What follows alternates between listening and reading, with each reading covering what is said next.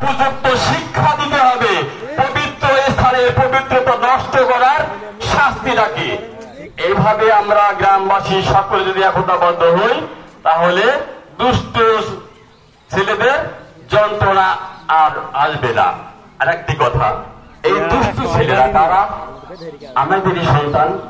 আমাদের সন্তান আমরা যদি দেখভাল করে রাখি, খোঁজ খবর রাখি, কোথায় যাচ্ছে, কত রাত পর্যন্ত কোথায় থাকছে, কাদের সঙ্গে মিশছে, এগুলো যদি আপনারা দেখে রাখেন, তাহলে সর্বনাশের পথায় যাওয়ার সুযোগ আর থাকবে না।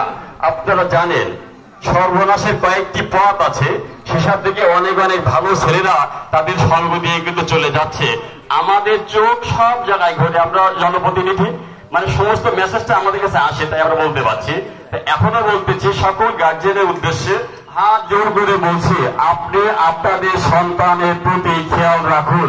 আপনার সন্তান যদি মাদকাসক্ত হয়ে যায়, সে ধ্বংস হলো, আপনার পরিবার ধ্বংস হলো, দেশ ধ্বংস হলো।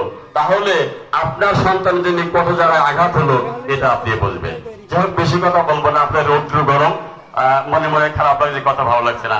একটি দাওয়াত দিয়ে আমি, সেটা হচ্ছে সুলতানপুর সামাজিক উন্নয়ন সংস্থার সকল সদস্যবৃন্দ দৃষ্টি আকর্ষণ করে বলছি, আপনারা বাদ মাগরিব আপনাদের অফিস নেওয়া হয়েছে, বাজারে উদ্বোধন হয়েছে। অবশ্যই আপনারা সেখানে